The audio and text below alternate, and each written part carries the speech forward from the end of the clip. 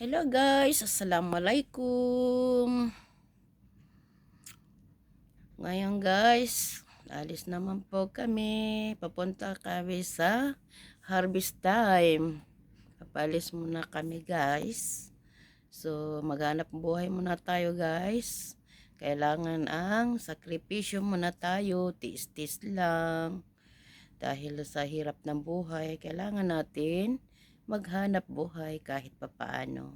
Makakaraos na rin tayo guys. So, shout out sa inyo dyan mga ka-OFW.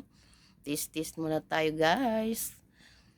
Nag-ingat kayo lahat dyan. So, abang-abang lang guys. At mamaya-maya alis na rin kami. At abangan niyo ang susunod na video. So, mamaya-maya guys.